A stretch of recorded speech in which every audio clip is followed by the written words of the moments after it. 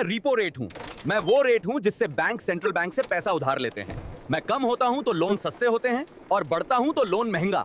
जब मैं कम होता हूँ तो बैंक्स ज्यादा लोन देने लगते हैं और लोग घर, गाड़ी और बिजनेस के लिए आसानी से पैसा ले पाते हैं। जब इकोनॉमी में महंगाई ज्यादा बढ़ने लगती है तो मैं बढ़ जाता हूँ।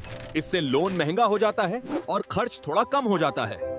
सेंट्रल बैंक मुझे इसलिए यूज करता है ताकि इकोनॉमी और महंगाई दोनों बैलेंस में रहे। मैं पैसा सस्ता या महंगा करके इकोनॉमी को कंट्रोल करता हूँ। सिंपल शब्दों में समझो, सेंट्रल बैंक मुझे बैंक्स को देता है और बैंक्स उस पैसा को आगे लोगों को लोन के रूप में देते हैं। इसलिए जब मैं चेंज होता हूँ तो पूरी इकोनॉमी पर असर पड़ता है।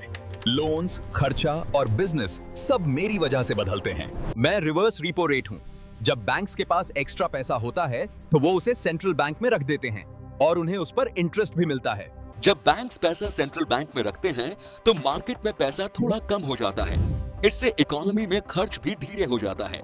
रीपो रेट में बैंक्स सेंट्रल बैंक से पैसा लेते हैं और रिवर्स रीपो रेट में बैंक्स अपना पैसा सेंट्रल बैंक में रखते हैं। सिंपल शब्दों में समझो, रीपो रेट में पैसा बैंक्स को दिया जाता है और रिवर्स रीपो रेट में बैंक्स पैसा वापस सेंट्रल बैंक में रखते हैं। हम फाइनेंस के ऐसे कॉन्सेप्ट सिंपल बनाकर समझाते हैं। अगर ऐसे और इंफॉर्मेटिव वीडियोस देखना चाहते हो तो मेंटल कैपिटल चैनल को सब्सक्राइब करो